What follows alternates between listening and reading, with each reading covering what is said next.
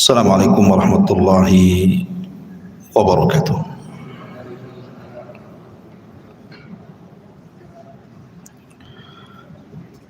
Alhamdulillah wassalatu wassalamu ala Rasulillah wa ala alihi wa sahbihi wa mawalah wa la hawla wa la quwata illa billahi wa ba'du. Alhamdulillah, di malam hari ini kembali kita bisa duduk untuk bertalabul ilmi di Masjid Muhajirin. Salawat dan salam kita hadiahkan kepada Rasul kita Nabi besar Muhammad sallallahu alaihi wa ala alihi wasallam. Di malam hari ini biasa kita kaji tafsir, tapi biar tidak bosan kita selang-seling, dan malam ini kita akan membahas tema yang ringan saja, mengenal keluarga Nabi sallallahu alaihi wasallam lebih dekat lagi.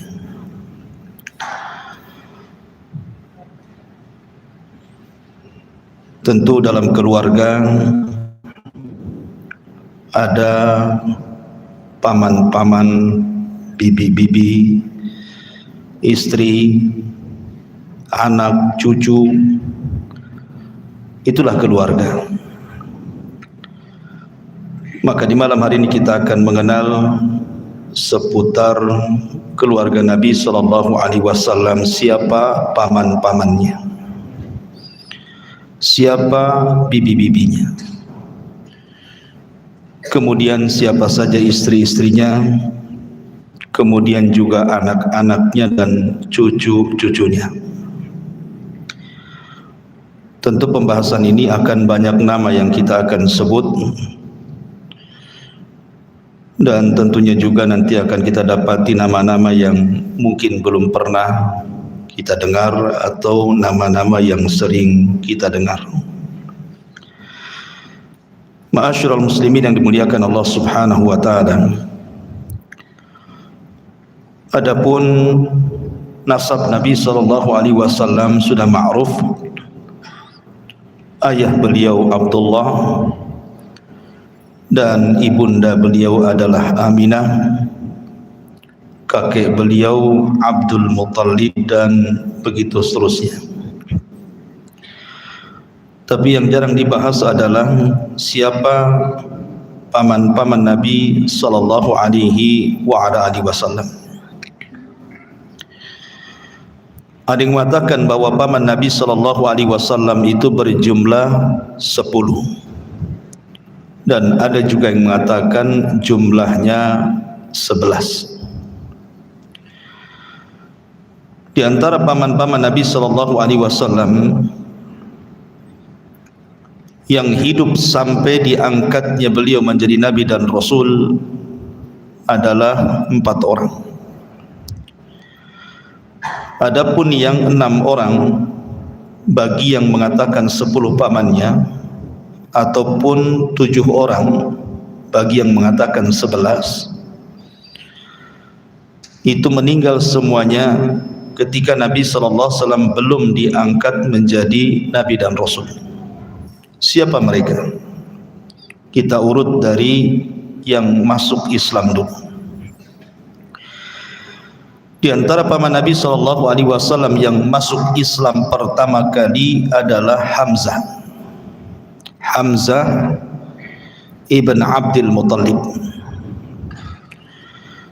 Dan sejarah Islamnya Hamzah ma'ruf. Ketika Nabi sallallahu alaihi wasallam dicaci maki oleh Abu Jahal, ketika itu Hamzah sedang berburu. Kemudian pulang dari berburu, berjumpa dengan budaknya Abdullah ibn Jad'an. Kemudian diberitahu, maka Hamzah pun emosi dan marah. Kemudian menemui Abu Jahal, langsung memukul kepalanya dengan busurnya sampai berdarah. Di situ dia mengatakan, kenapa kau berani mencaci maki keponakanku? Maksudnya Rasulullah, wa ana ala dini, sementara aku berada di atas agamanya. Padahal dia belum masuk Islam, tapi membela keponakannya sampai dia tersebut kalimat wa ana ala dini, sementara saya berada di atas agama. Sebab kata-kata inilah Hamzah akhirnya dapat hidayah. Dia pun kemudian masuk Islam sebelum hijrah Nabi SAW ke Madinah. Sempat terlibat beberapa peperangan, di antaranya perang Badar dan perang Uhud.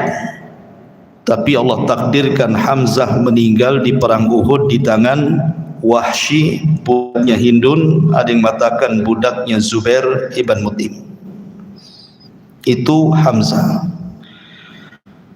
Dan Hamzah dikenal Asadullah dan Asadu Rasulillah, singanya Allah dan singanya Rasul.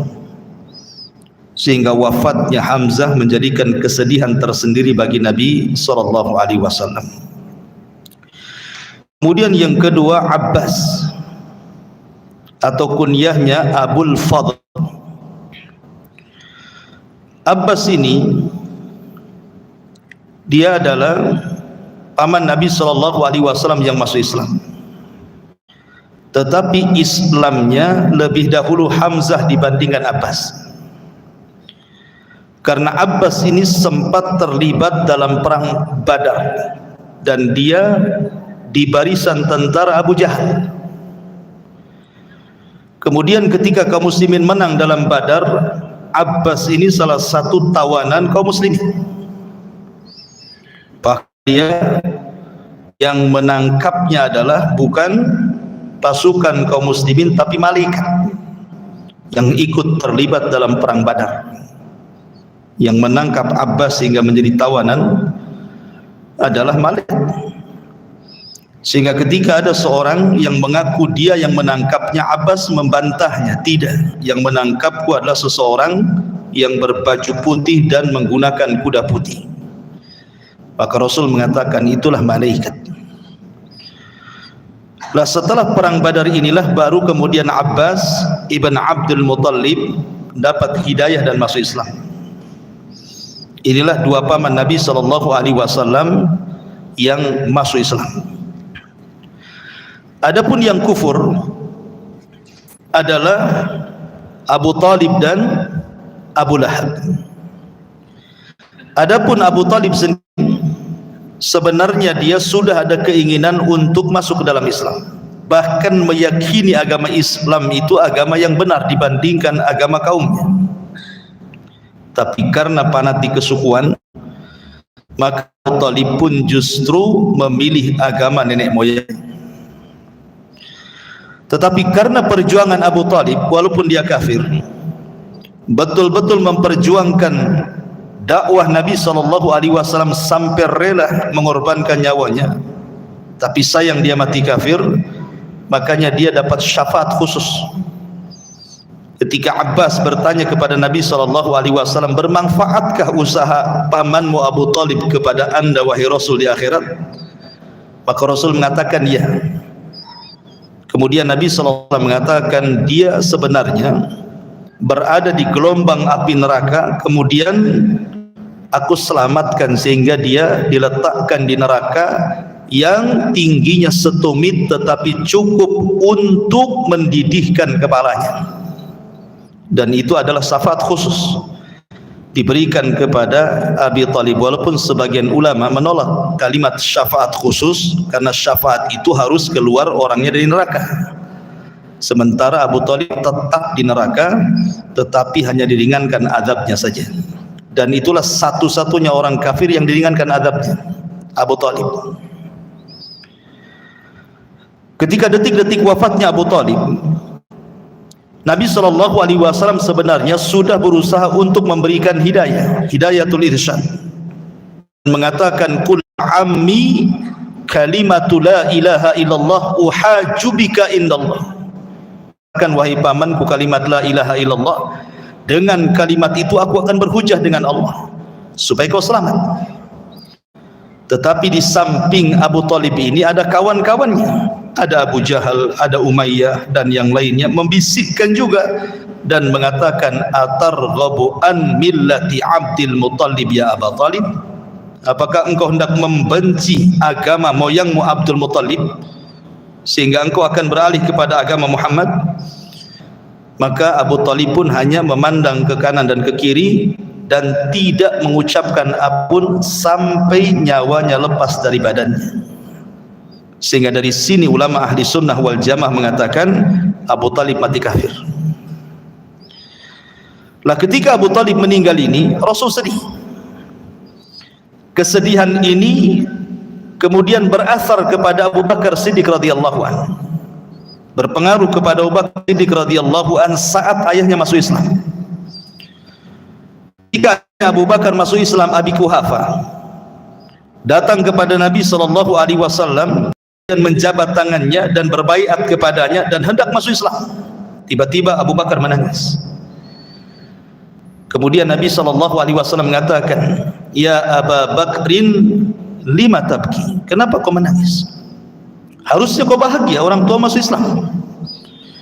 Tapi Abu Bakar mengatakan, ya Rasulullah, lau kana yaduhu makana yadihi khairun alayya min an yakun.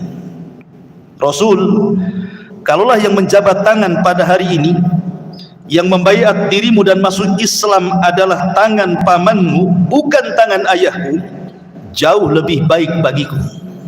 Maksudnya kata-kata Abu Bakar kepada siapa? Abu Talib. Kalau seandainya yang masuk Islam hari ini pamanmu Abu Talib, bukan ayahku, itu lebih baik bagiku. Abu Bakar hanya ingin membagi kebahagiaan sehingga dia mengucapkan kalimat seperti itu, karena tahu sayangnya Rasul kepada Abu Talib. Makanya ketika meninggalnya Abu Talib, Rasul berdoa kepada Allah Subhanahu wa taala agar Allah mengampuni dosa-dosanya. Tetapi turun ayat, maka nalin nabi an yastaghfiru lil musyrikin walau kanu ulil qurba.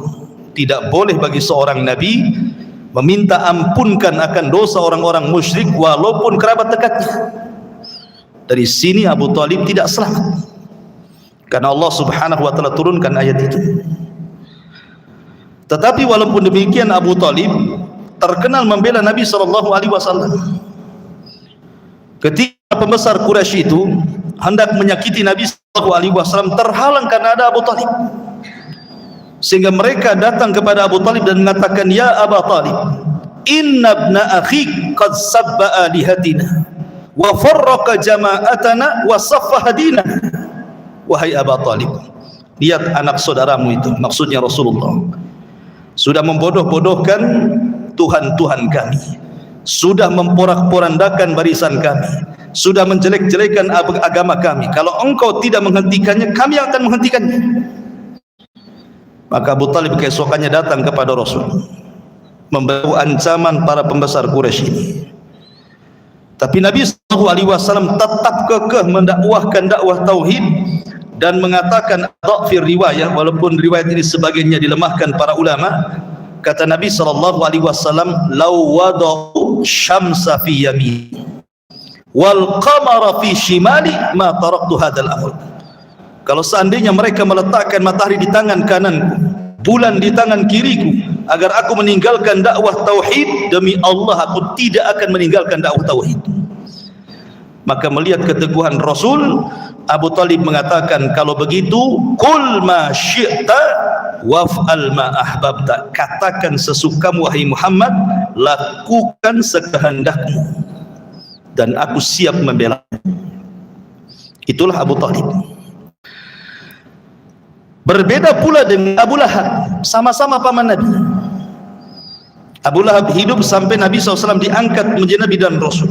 Padahal Abu Lahab orang yang paling bahagia saat kelahiran Nabi. Sampai Thuwaibah budaknya dimerdekakan, karena yang menyusui salah satu ibu susuan Rasulullah, Thuwaibah budaknya Abu Lahab, dimerdekakan oleh Abu Lahab. Kemudian juga kecintaan Abu Lahab kepada Rasul sampai dinikahkan dua anak putranya dengan dua anak putri Nabi, Utbah dan Utayyah, menikah dengan Ruqayyah dan Ummu Kulsum. Tetapi ketika Nabi SAW diangkat menjadi Nabi dan Rasul, tiba-tiba dia orang yang pertama memusuhi Nabi. Turun ayat tabbat yada abi lahabi wa tab. Kutukan bagi Abi Lahab sejak dia memusuhi Rasul sampai kiamat. Ayat ini akan dibaca oleh kaum muslimin dimanapun kaum muslimin berada, karena dia orang yang pertama kali memusuhi dakwah Rasul sebelum yang lainnya. Itulah Abu Lahab. Tapi kenapa Al-Quranul Karim menyebut dengan kalimat kunyahnya? Bukankah namanya bukan Abu Lahab, namanya Abdul Uzza? Karena Abdul Uzza itu nama syirik, karena menisbatkan hamba kepada patung Uzza, makanya Quran tidak mau menamakan Abu Lahab dengan nama aslinya, makanya mencantumkan nama kunyahnya Abu Lahab. Dan disebut Abu Lahab karena tampan orangnya, dan orang Arab menyebut orang tampan itu lahab, bercahaya, dan orangnya kaya. Makanya dia menikah dengan pembesar Quraisy namanya Arwa bintu Harbin, saudari daripada Abu Sufyan ibn Harb, tokoh Quraisy. Ma'asyiral muslimin yang dimuliakan Allah Subhanahu wa taala, itulah paman Nabi SAW yang sempat mendapati kenabian dan kerasulan. Adapun di sana ada paman Nabi SAW yang lainnya, namanya Zubair ibn Abdul Muttalib. Zubair ibn Abdul Muttalib. Kemudian juga paman Nabi SAW yang lainnya ada namanya Abdul Ka'bah. Abdul Ka'bah. Kemudian juga ada yang lain namanya Al-Muqawwim. Kemudian juga ada yang lain namanya Al-Dhirar ibn Abdul Muttalib. Kemudian ada juga namanya Qusam ibn Abdul Muttalib. Kemudian Al-Mughirah ibn Abdul Muttalib. Kemudian Ghaidak ibn Abdul Muttalib. Ini semua adalah paman-paman Nabi SAW. Dan yang 6 ini meninggal sebelum diangkatnya beliau menjadi dan Rasul. Adapun bibi-bibi Nabi SAW, bibi-bibi Nabi SAW disebutkan oleh Imam Ibnul Qayyim rahimahullahu ta'ala. Di antaranya adalah, di antara bibi-bibi Nabi SAW ada yang masuk Islam namanya Safiyah. Safiyah bintu Abdul Muttalib masuk Islam. Dia menemui kenabian dan kerasulan. Dan anaknya satu di antara 10 sahabat yang dijanjikan masuk surga, Zubair ibn Awam. Lah Safiyah ini dia adalah satu kandung, satu ibu satu bapa dengan Hamzah, karena Abdul Muttalib ini kan banyak menikah wanita, sehingga ada yang beda bapa, ada yang satu bapa tapi beda ibu. Lah Safiyah ini satu kandung dengan Hamzah. Dan sekali lagi Safiyah ini meninggal cukup lama karena dia di usia panjang, meninggal di masa Khalifah Umar bin Khattab radhiyallahu anhu. Dan dia terkadang terlibat dalam beberapa peperangan untuk mengobati orang-orang yang luka. Dan dia terkenal mendidik anak itu keras. Ya, dari punya anak Zubair ibn Awam itu luar biasa ketika dididik oleh beliau itu, sehingga menjadi pendekar Islam Zubair ibn Awam ini.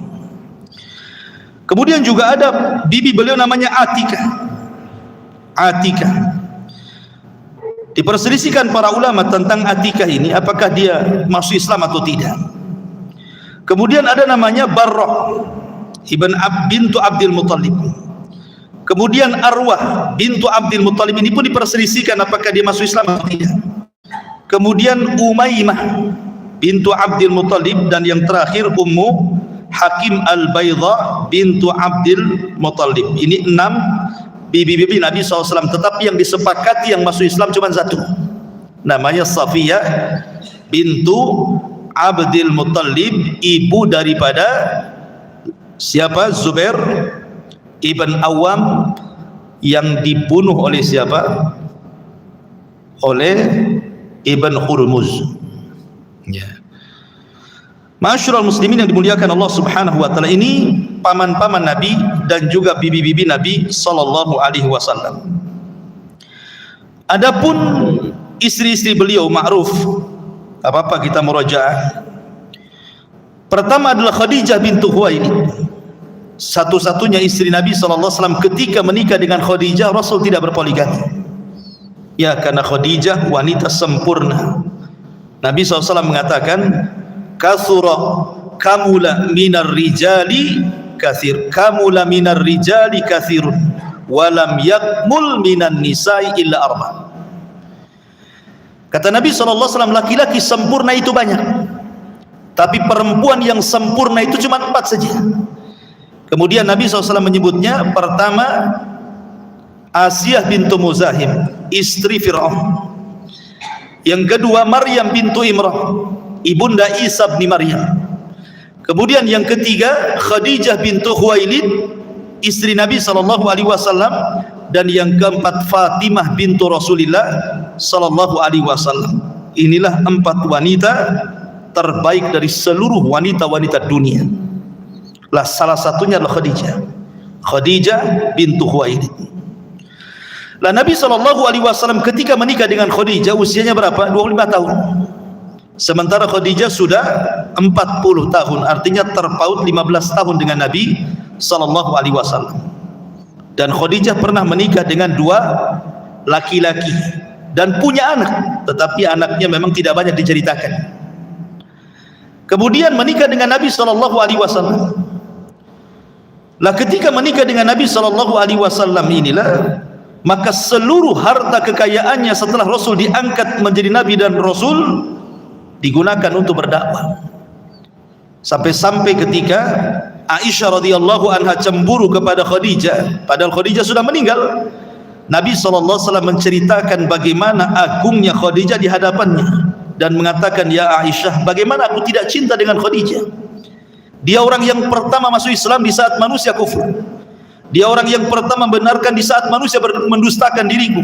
Dia manusia yang pertama kali menginfakkan seluruh hartanya di saat manusia bakhil. Dan dari perutnya lah keturunanku lahir. Makanya wajar Rasul SAW sangat mencintai Khadijah. Kalau kita melihat kisah tentang turunnya wahyu, ketika Jibril betul-betul menampakkan kepada Rasul dalam bentuk aslinya, Rasul ketakutan. Kemudian Nabi SAW pulang dalam kondisi demam, sehingga sampai di rumah dia mengatakan, zammiluni zammiluni, selimuti aku selimuti aku. Maka Khadijah pun menyelimuti Rasul, kemudian menceritakan tentang kebaikan Nabi. Wallahi la yuhzikallahu abada. Orang sepertimu tidak mungkin dihinakan. Tidak mungkin makhluk yang kau lihat itu iblis atau syaitan, tidak. Tidak mungkin itu tanda-tanda Allah akan menghinakan dirimu. Bukankah engkau orang yang baik, suka menjamu tamu, suka bersilaturahim, membantu orang susah, macam-macam diceritakan kebaikan Nabi SAW. Sampai untuk lebih menenangkan Rasul, Khadijah membawa Rasul kepada kerabatnya Waraqah ibn Naufal. Baru Waraqah ibn Naufal menjelaskan siapa makhluk yang ditemui Rasul. Kata Waraqah, makhluk yang kau temui adalah namus, makhluk yang bersayap, maksudnya Jibril. Itu juga pernah turun kepada Musa dan Isa. Kemudian Waraqah mengatakan, wahai Khadijah, suamimu akan jadi nabi dan kelak kaumnya akan mengusirnya. Kata Nabi SAW, ya Waraqah, macam mana kaumku akan mengusirku sementara mereka menghormati dan memuliakan diriku? Maka Waraqah mengatakan, ya Muhammad, apapun yang kau bawa dan siapapun yang membawa apa yang kau bawa, kecuali pasti akan diberikan ujian. Kalau seandainya saat pengusiran itu terjadi aku masih hidup, maka aku yang akan membelamu. Tapi sayang, beberapa bulan setelahnya Waraqah meninggal dunia sebelum Rasul diangkat jadi Rasul, baru diangkat jadi Nabi. Ya. Ma'asyiral muslimin yang dimuliakan Allah Subhanahu wa taala. Kemudian istri yang kedua namanya Saudah bintu Jam'ah. Saudah bintu Jam'ah ini termasuk wanita yang awal-awal masuk Islam bersama suaminya, dan dia juga orang-orang yang ikut terlibat dalam hijrah ke Habasyah. Tetapi Allah Subhanahu wa taala takdirkan Saudah ini suaminya meninggal, sementara keluarganya semua kufur. Lah Nabi SAW ingin melindungi agama Saudah. Akhirnya kemudian Nabi SAW menikahi Saudah karena ingin melindungi agamanya. Padahal Saudah itu sudah tua, jauh dibandingkan usia Nabi SAW. Kemudian istri yang ketiga Aisyah radhiyallahu anha, ummul mukminin, putri daripada Abu Bakar Siddiq radhiyallahu anhu. Dan Aisyah wanita cerdas, ya, karena ayahnya juga cerdas, Abu Bakar. Abu Bakar itu orang yang paling alim dengan nasab Quraisy. Jadi kalau orang-orang Quraisy itu berselisih soal nasab, maka mereka datang kepada Abu Bakar untuk diselesaikan. Dan Abu Bakar faham nasabnya seluruh kabilah Quraisy. Sehingga karena memiliki hafalan yang luar biasa, turun kepada Aisyah ilmunya itu. Makanya Aisyah radhiyallahu anha, kata Imam Zuhri, kalau seluruh wanita-wanita Arab itu ditimbang ilmunya di satu neraca, dan ilmu Ummul Mukminin Aisyah ditimbang di neraca satunya, tentu ilmu Aisyah menjangkau seluruh ilmu wanita Arab, saking cerdasnya. Makanya dia wajar kemudian banyak meriwayatkan hadis sampai kepada kita, sehingga jumlahnya sampai 2000 hadis lebih.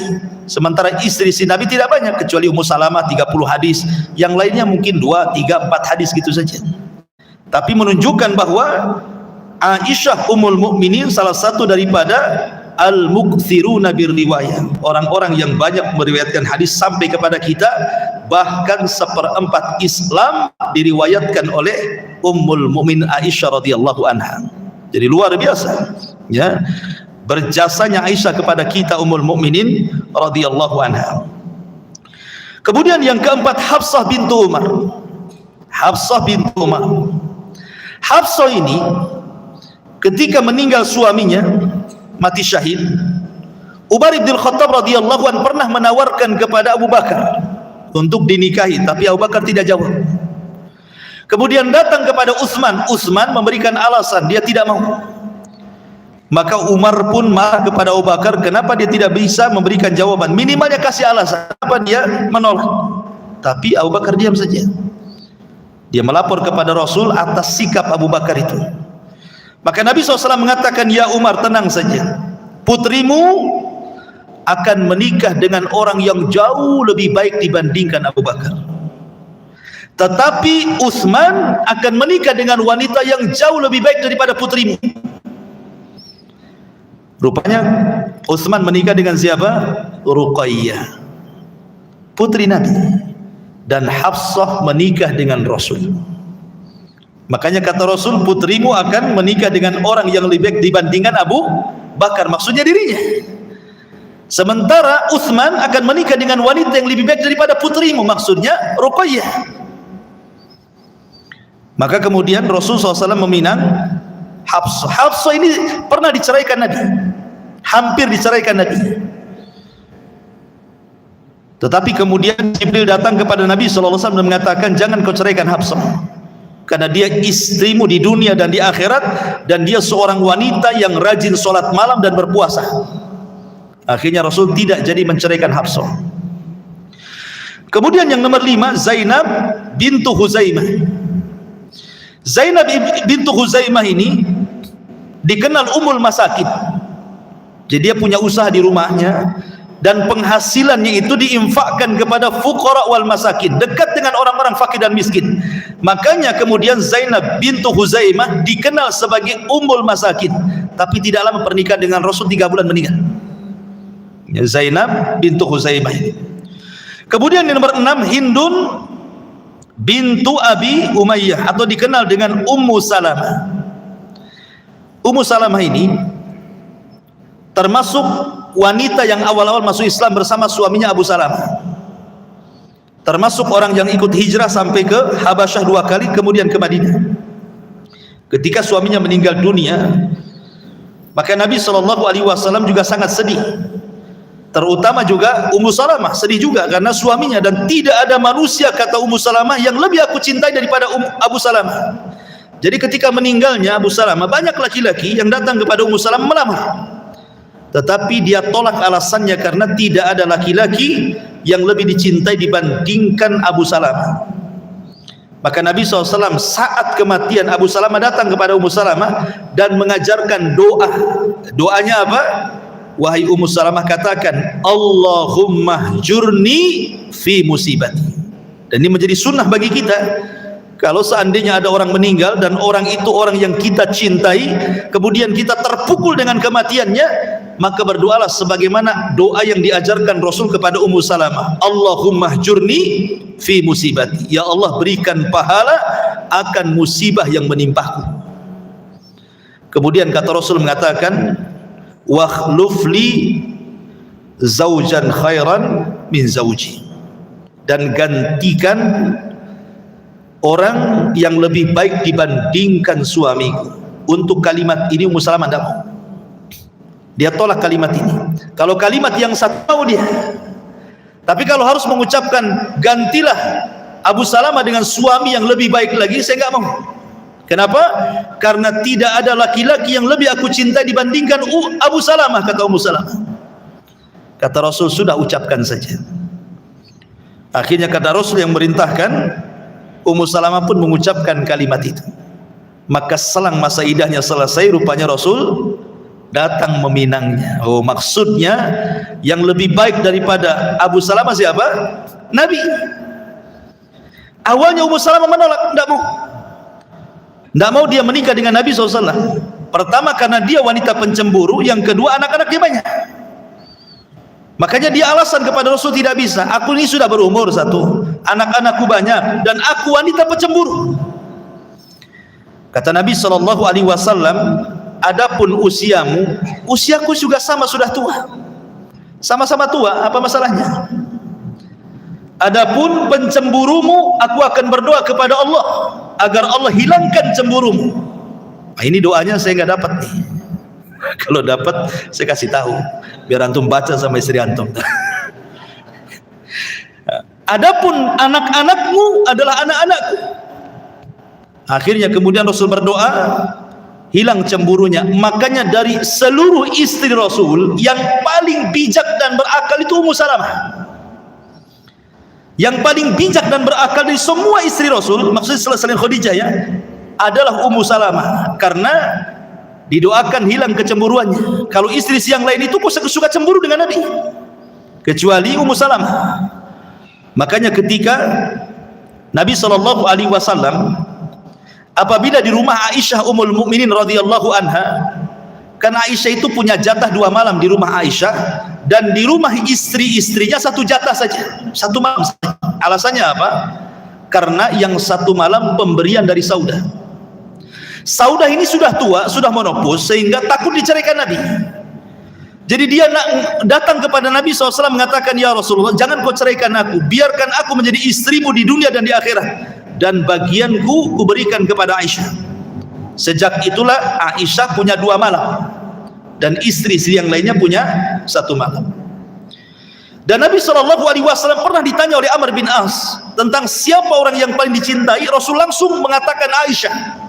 Dari situ sahabat tahu bahwa Rasul sangat mencintai Aisyah dibandingkan istri-istri yang lainnya. Makanya sahabat tahu kalau Rasul berada di rumah Aisyah, pasti dia lebih senang dibandingkan di istri-istri yang lainnya. Antum makan pengalaman kalau punya 2 istri atau 3 istri, pasti kalau antum tinggal di istri yang paling antum cintai, antum lebih betah di situ dibandingkan yang tidak dicintai. Sehingga sahabat tahu nih Rasul kalau di rumah Aisyah ini senang nih. Dari situlah banyak para sahabat datang memberikan hadiah. Kalau ketika di giliran Aisyah banyak datang, terutama saat ibadah. Pemimpin Khazraj, dia suka ngasih hadiah. Dan apabila kemudian Rasul berada di rumah Aisyah, hadiahnya lebih spesial lagi.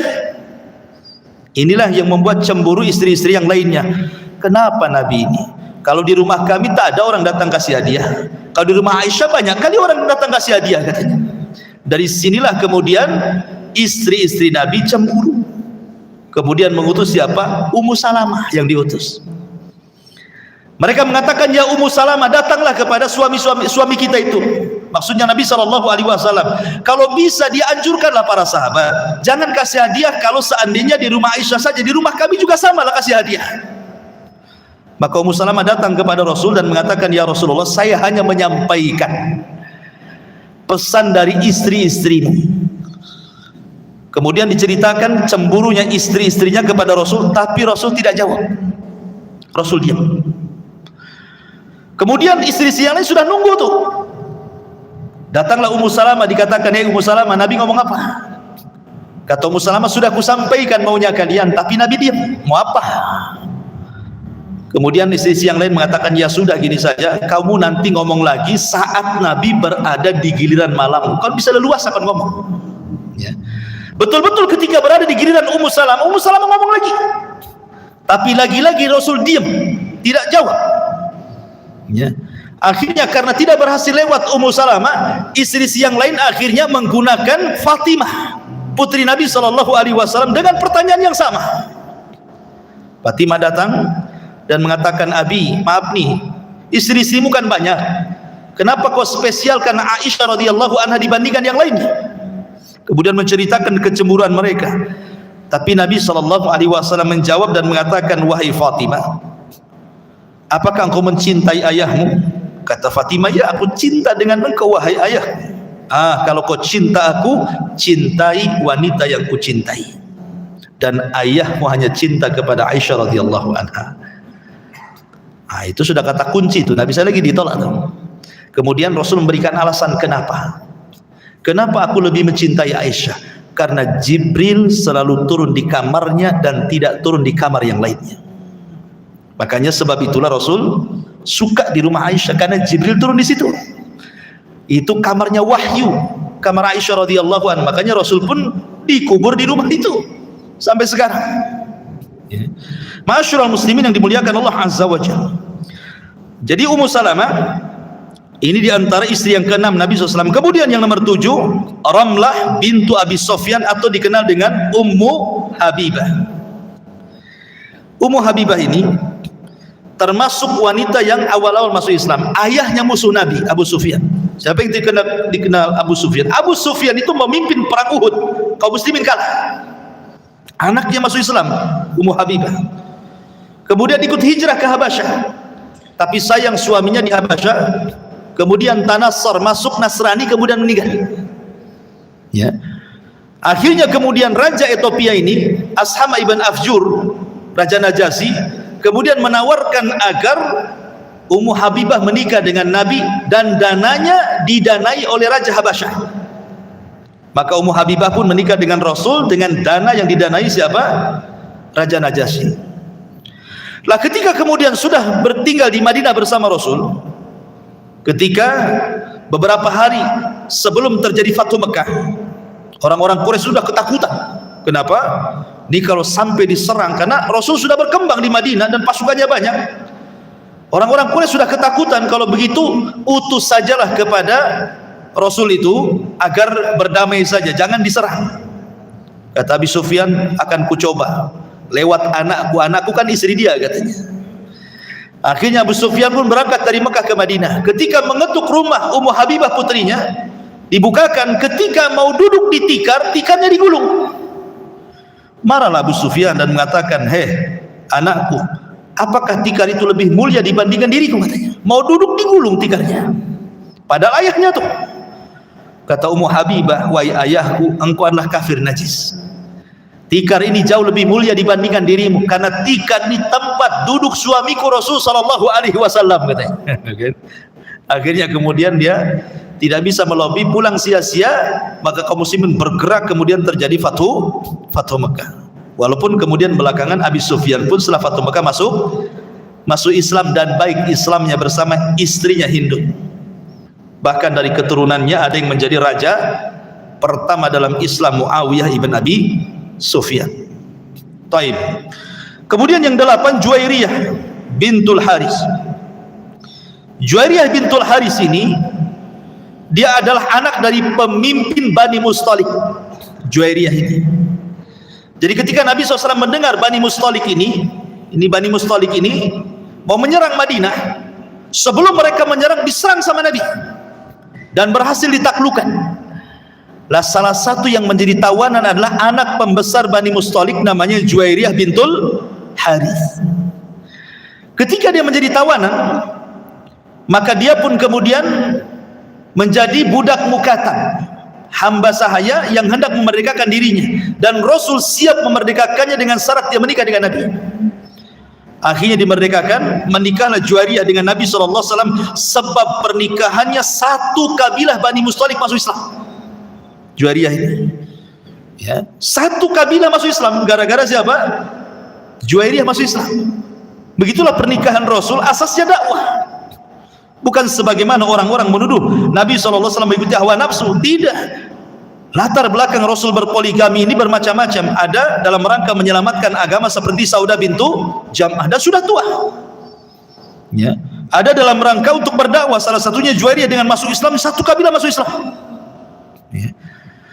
Kemudian juga istri yang ke-9 Maimunah bintu Al-Harith. Maimunah bintul Harith ini yang turun padanya surah Al-Ahzab ayat 50. Wa mra'atan mu'minatan in wahabat nafsaha lin nabi in arada an-nabiyyu an yastankihaha khalisatan laka min dunil mu'minin. Jadi wanita yang menyerahkan dirinya, menghibahkan dirinya untuk dinikahi Nabi. Banyak wanita-wanita di zaman itu ingin menghibahkan dirinya kepada Nabi, tapi tidak semua diterima. Contoh, ketika ada orang yang menghibahkan dirinya, ketika ada orang-orang Ansor sedang bermajlis seperti ini, datang wanita, Rasul, aku siap menghibahkan dirimu untukmu. Tapi Rasul tidak jawab sampai 3 kali. Tiba-tiba karena Rasul tidak ada jawaban, berdiri orang Ansor dan mengatakan, Rasul, biarkan wanita itu untukku, nikahkan aku dengan dia, katanya. Kata Rasul, kau punya apa? Kata Nabi, sekata orang ini, saya tidak punya apa-apa kecuali sarung yang kupakai ini. Kalau kujadikan mahar, telanjanglah aku, katanya.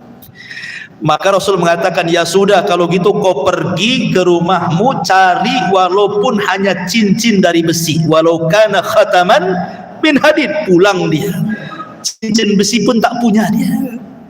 Datang lagi sama Nabi, Rasul, cincin besi pun tak punya saya, katanya. Mau nikah tak punya modal. Akhirnya Rasul mengatakan, taib, kalau begitu kam hafidtal Quran, berapa banyak kau hafal Quran? Maka dia mengatakan, hafidtu surat kada wa kada, aku menghafal surat ini dan ini dan itu. Kata Rasul, uzawwijuka bima ma'aka minal Quran, kalau begitu ku nikahkan kau dengan hafalan Quranmu itu. Nah, itulah Islam itu mudah, nikah tanpa modal, kayak gini nih, nikah tanpa modal, maharnya dengan hafalan Quran. Ya. Ma'asyiral muslimin yang dimuliakan Allah Subhanahu wa taala. Kemudian yang nomor 10 namanya Safiyah bintu Huyai ibn Akhtab. Safiyah ini anak orang Yahudi. Dia anak orang Yahudi, orangnya pendek tapi cantik. Aisyah suka cemburu dengan Safiyah itu. Saking cemburunya Aisyah, terkadang Aisyah radhiyallahu anha sampai kemudian menggibahi Safiyah. Jadi suatu ketika Rasul bersama Aisyah radhiyallahu anha, Aisyah ini cemburu kepada Safiyah. Kemudian Aisyah mengatakan, ya Rasul, hasbuka an Safiyata kada wa kada. Rasul, Safiyah itu begini-begini loh. Tetapi tidak ngomong, hanya pakai isyarat tangan saja. Maksudnya Aisyah itu, Safiyah itu pendek, aku loh tinggi, gitu loh maksudnya. Istrimu Safiyah itu pendek, karena istri si Nabi itu kan ada yang pendek kayak dia, ada yang tinggi kayak Aisyah, ada yang gemuk kayak Hafsah. Kalau istri antum gemuk kayak Hafsah, kalau istri antum tinggi kayak Aisyah, kalau yang pendek kayak Safiyah, begitu. Ya. Jadi tidak semua sama postur tubuhnya. Ya. Jadi Nabi Rasul SAW marah karena Aisyah sudah menggibah Safiyah dengan isyarat. Maka Nabi SAW mengatakan, ya Aisyah, laqad qulti kalimatan law muzizat bihal bahru lamazazathu. Aisyah, engkau sudah mengucapkan satu kalimat yang kalau satu kalimat ini diletakkan di air lautan, semua air lautan tercemar dengan kalimatmu itu. Pada sampah satu kota Batam dilempar ke lautan, tidak mungkin tercemar air lautan itu, walaupun satu kota Batam, kan lautan luas. Tapi satu kalimat ghibah sudah cukup mencemari air lautan, menunjukkan dosa ghibah ini lebih sampah dibandingkan sampah, kan itu ya, karena bisa mencemari air lautan. Ya. Ma'asyiral muslimin yang dimuliakan Allah Azza wa Jalla. Dan yang terakhir, yang nomor 11, istri Rasul namanya Zainab bintu Jahsin. Zainab bintu Jahsin ini sebenarnya pernah dipinang oleh Nabi SAW, tapi bukan untuk dirinya, untuk anak angkatnya namanya Zaid ibn Harithah. Rasul itu punya anak angkat namanya Zaid ibn Harithah. Ketika mendengar bahwa pinangan Rasul untuk Zaid, keluarga Zainab tak maulah. Kenapa? Karena Zaid ini kan budak berkulit hitam, dimerdekakan Rasul dan dijadikan anak angkat Rasul, dan itu budaknya Khadijah. Karena untuk menghibur saat meninggalnya Qasim dan Abdullah, sehingga Rasul sedih tidak punya anak laki-laki. Maka Khadijah kemudian menghadiahkan budak bernama Zaid untuk dijadikan anak angkat. Maka dimerdekakanlah budak itu, kemudian menjadi anak angkat Rasul, sampai nasabnya pernah oleh Rasul dinasabkan kepada dirinya menjadi Zaid bin Muhammad. Tapi ditegur Allah dengan turun surah Al-Ahzab, tidak boleh anak angkat dinasabkan kepada bapak angkat, kembalikan kepada bapak aslinya. Maka akhirnya dari Zaid bin Muhammad dibalikan kepada Zaid ibn Harithah. Lah Rasul sayang dengan Zaid ini, makanya dicarikan wanita terbaik, termulia, tercantik, namanya Zainab bintu Jahsin. Ketika datang kepada keluarga Zainab, dikatakan, untuk siapa Rasul meminang? Apakah untukmu? Kami senang.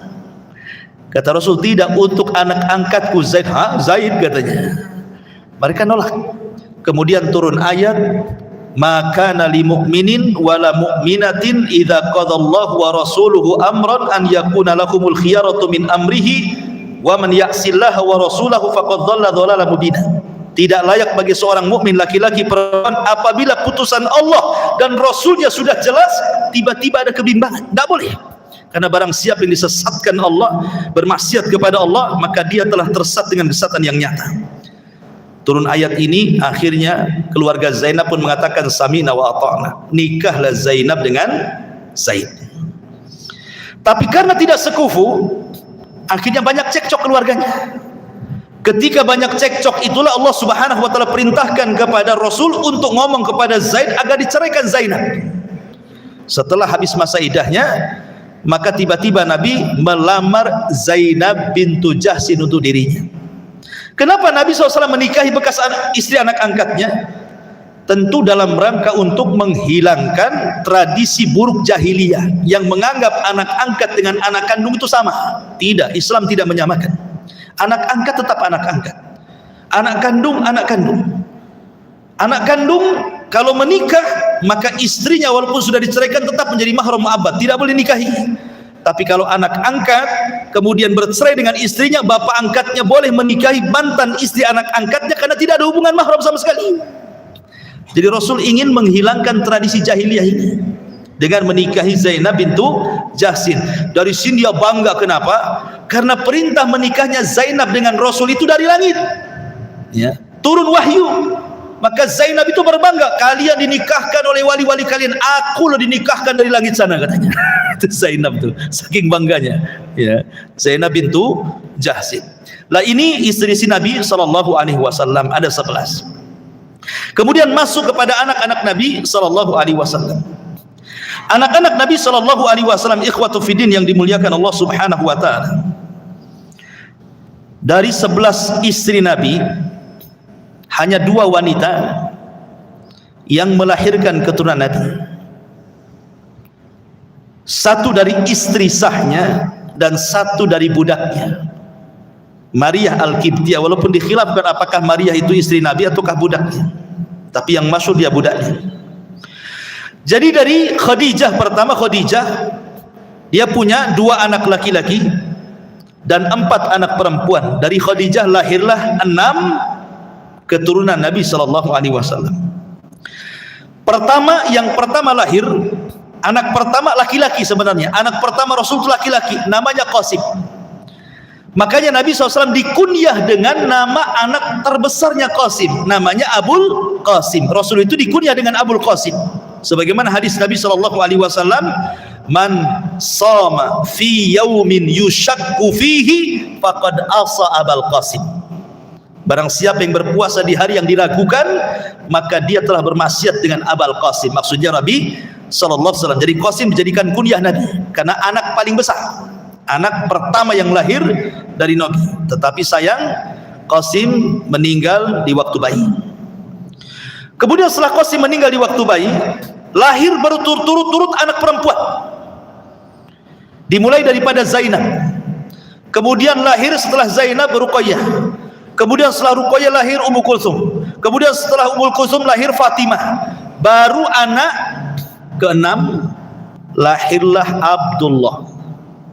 Abdullah ini lahir setelah Nabi jadi Nabi dan jadi Rasul.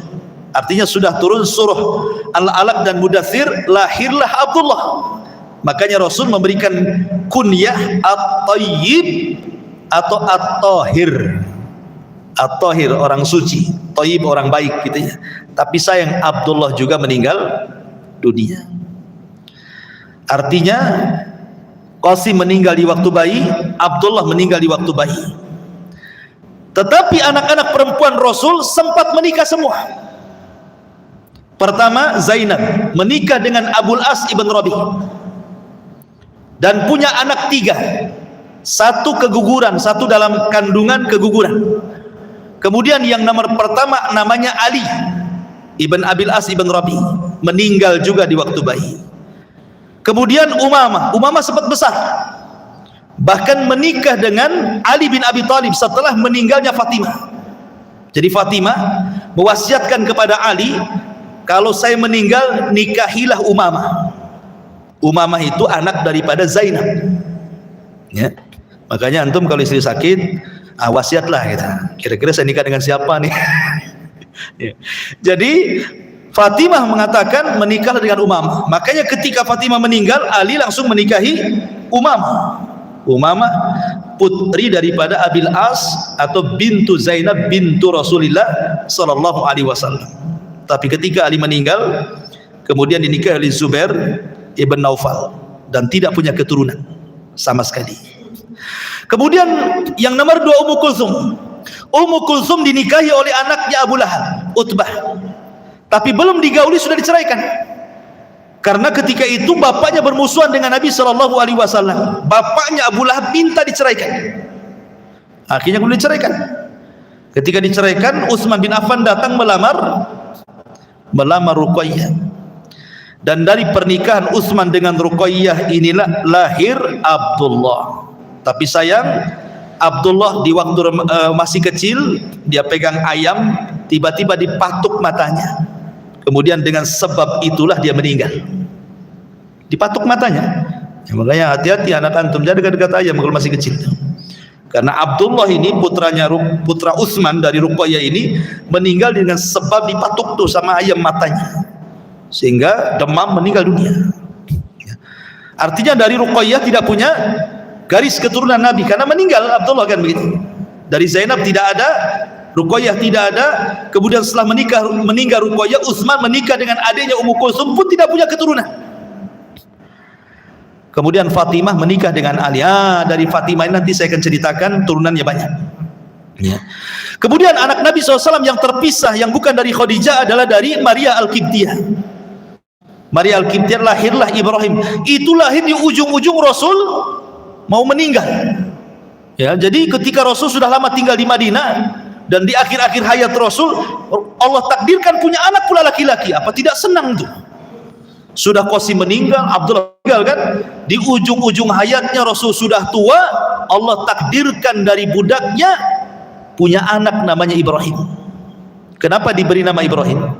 Karena Maria itu hadiah dari Muqawqis, raja Mesir ya. Kemudian dia teringat dengan Nabiullah Ibrahim, di mana Ibrahim ketika punya anak Ismail, ibundanya hadiah daripada raja Mesir. Sama-sama dihadiahi raja Mesir gitu ya. Makanya ketika Maria hamil langsung diberi nama Ibrahim. Teringat dengan kakeknya Ibrahim alaihi salatu wassalam ya. Tetapi sayang Ibrahim pun di usia setahun 6 bulan meninggal dunia. Sampai Abdurrahman bin Auf melihat kesedihan yang luar biasa dari Nabi. Ya, gimana tidak sedih? Itu anak terakhir beliau, sudah tua, sudah di akhir-akhir hayatnya, punya anak laki-laki, itu kan bangga gitu ya. Tiba-tiba kemudian meninggal dunia, apa enggak sedih Rasul? Sehingga Nabi harus menangis berhari-hari. Sampai Abdurrahman bin Auf itu melihat tangisan Rasul, heran sehingga mengatakan, "Kenapa Anda menangis wahai Rasul?" Maka Nabi SAW mengatakan kepada Abdurrahman bin Auf, ya Abdurrahman bin Auf, ini tangisan rahmat, wa innal aina latadma, wa innal qalba latahzan, wa ma naqulu illa ma yarda rabbuna, wa inna bi firaqika ya Ibrahim lamahzunun. Abdurrahman, mata ini bisa mengeluarkan air mata, hati bisa bersedih, dan aku tidak pernah mengucapkan kecuali yang diridhai Allah, dan perpisahan diriku dengan Ibrahim sungguh menyesakkan dada. Ya, akhirnya kemudian semua anak-anak Rasul yang laki-laki meninggal. Di sini ada hikmah. Kenapa anak-anak Rasul yang laki-laki harus meninggal? Kenapa bagi Nabi harus meninggal? Dan tidak boleh punya anak laki-laki sampai dia besar. Ulama menjawab, satu, karena kebiasaan para nabi kalau punya anak sampai besar pasti mewarisi kenabian. Sementara la nabiyya ba'di, tidak ada nabi sepeninggalku, kata Nabi. Lihat, Nabi Zakaria punya anak Yahya jadi nabi. Kemudian Ibrahim punya anak Ismail jadi nabi. Ibrahim punya anak Ishak jadi nabi. Ishak punya anak Yakub jadi nabi. Yakub punya anak Yusuf jadi nabi. Daud punya anak Sulaiman jadi nabi. Jadi anak-anak laki-laki Rasul tidak ada yang hidup. Sebab kalau hidup dikhawatirkan jadi nabi, dan itu akan bertentangan dengan pengakhiran nabian dan kerasulan. Yang kedua, dikhawatirkan ada pengkultusan. Dikhawatirkan ada pengkultusan. Sebab Nabi SAW di masa hidup saja mengatakan, la tutruni kama ataratin nasara Isa bin Maryam, innama ana abdun wa rasuluh. Kata Nabi SAW, jangan kau berlebih-lebihan kepadaku seperti berlebih-lebihannya orang Yahudi dan Nasrani mengatakan Uzair anak Allah, mengatakan Isa anak Allah. Katakanlah saya hamba Allah dan Rasulnya. Hamba jangan disembah, Rasul jangan didustakan, supaya jangan ada ghulu, ekstrim dalam penyanjungan gitu. Taib. Itu diantara putra-putra Nabi SAW. Sekarang masuk pada cicit Nabi SAW, ahfad, cucu-cucu Nabi. Ma'asyiral muslimin yang dimuliakan Allah Subhanahu wa taala. Cucu-cucu Nabi SAW, pertama dari Zainab sudah jelas, Ali meninggal. Kemudian bayi yang dikandungan Zainab pun keguguran meninggal. Kemudian Umamah pun menikah dengan Ali, dan selanjutnya dengan Zubair bin Nawfal pun tidak punya keturunan. Akhirnya sampai di sini tutup keturunan Nabi. Kemudian Ummu Kulsum anak Abdullah juga meninggal di waktu kecil karena dipatuk ayamnya, maka tidak ada garis keturunan dari Ruqayyah. Kemudian dari Ummu Kulsum tidak punya anak, tidak punya garis keturunan, hanya dari Fatimah inilah. Fatimah ini punya 3 laki-laki dan 2 perempuan. 3 laki-laki dan 2 perempuan anaknya Fatimah ini. Adapun yang laki-laki pertama Hasan, kemudian adiknya Husain, kemudian adiknya yang ketiga Muhassin. Hasan, Husain, Muhassin. Kenapa dinamai seperti itu? Jadi ketika lahirnya Hasan, Ali menamai Harbun. Harbun itu peperangan artinya. Rasul datang, kasih nama, siapa anakmu? Kata Ali, Harbun. Jangan, kasih nama Hasan. Maka dinamai Hasan. Lahirlah Husain. Kemudian Rasul datang, ini siapa namanya? Harbun. Harbun lagi katanya. Jangan dikasih nama Harbun, kasih nama Husain. Kemudian lahir lagi, ini siapa? Harbun. Asik Harbun saja kasih nama. Kata Rasul, jangan, kasih nama Muhassin. Kemudian Rasul mengatakan, aku ingin menamai anak-anak kamu seperti anak-anak Nabiullah Harun, Sobar, Sobir, Musobbar katanya. Artinya Hasan, Husain, Muhassin gitu maksudnya. Maka itu anak laki-laki daripada Fatimah.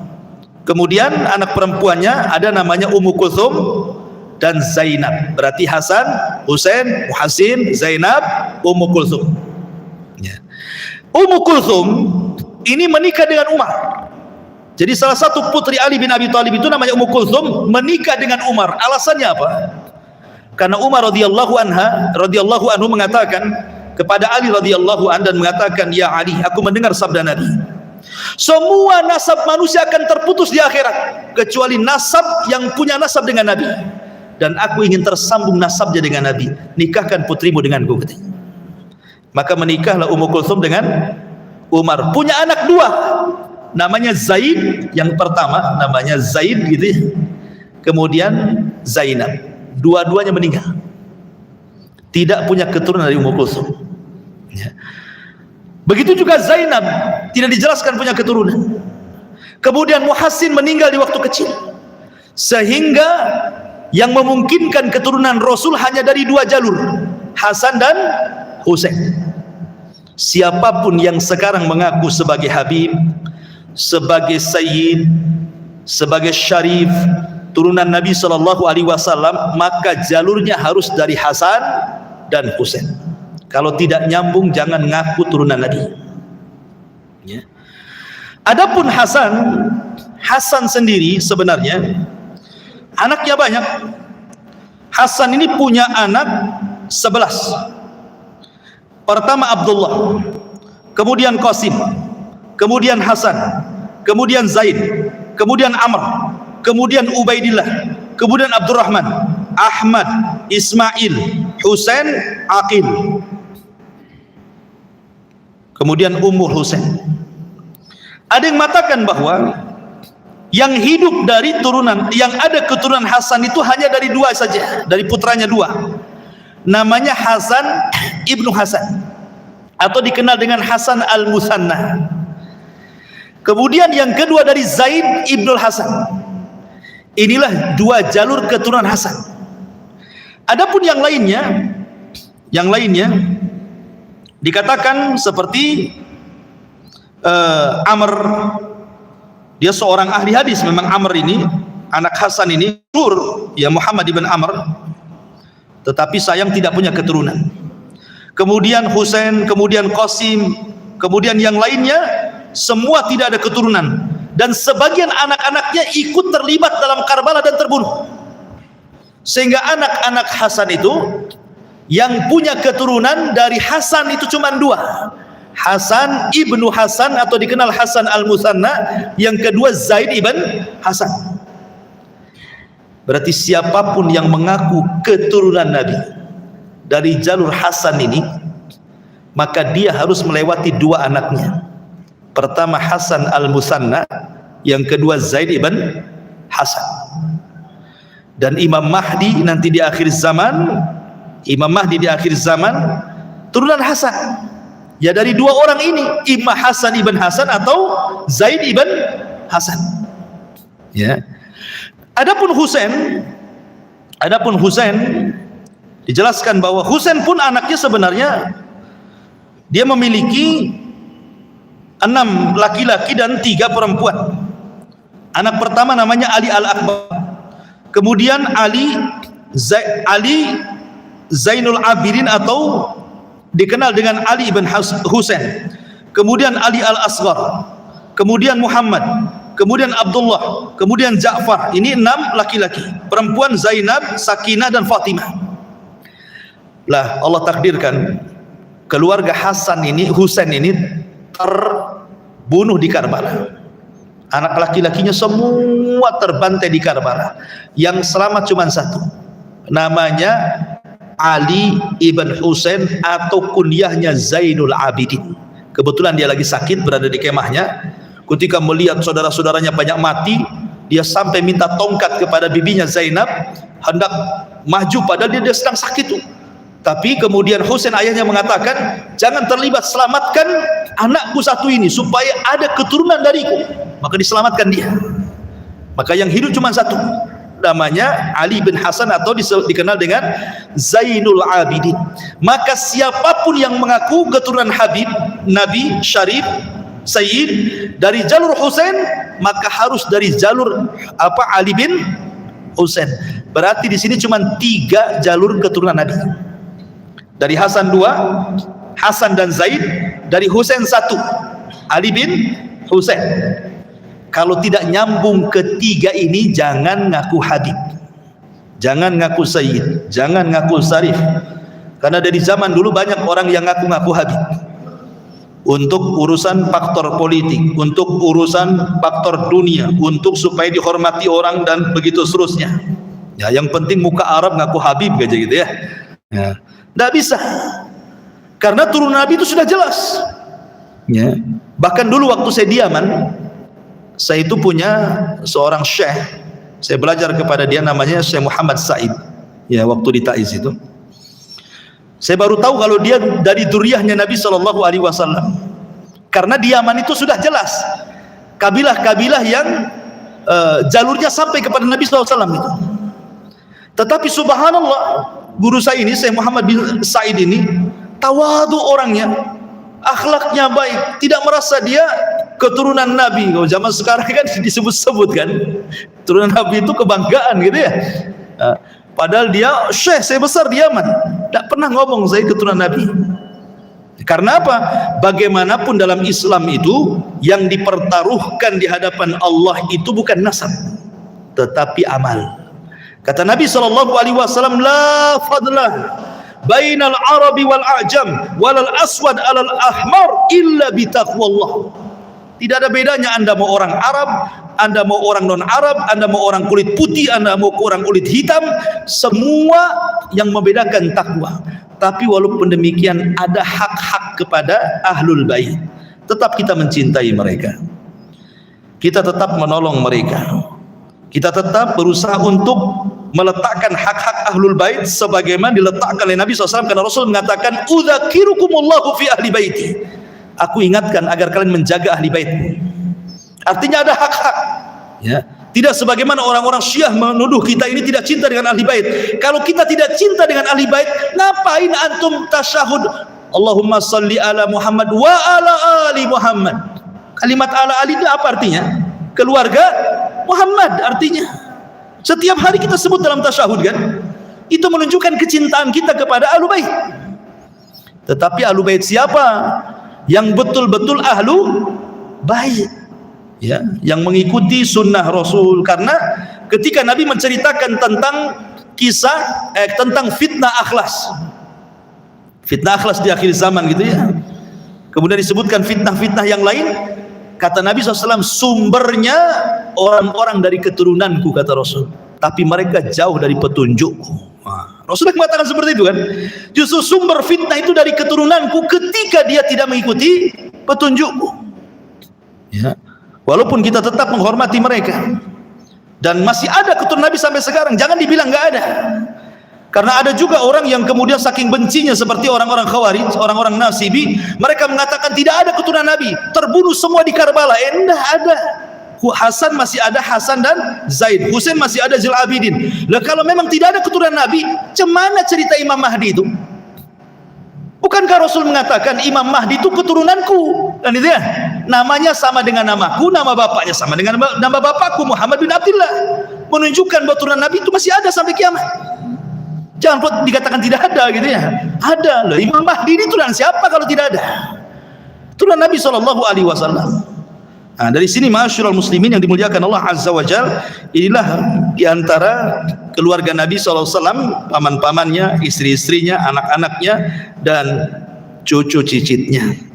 Wallahu a'lam bishawab. Ini yang bisa sampaikan. Taib, karena waktu sudah lebih jam 9, tidak ada tanya jawab. Kita tutup dengan doa kafaratul majlis. Subhanallah bihamdika, asyhadu an la ilaha illa anta, astaghfiruka wa atubu ilaik. Allahu ta'ala. Assalamualaikum warahmatullahi wabarakatuh.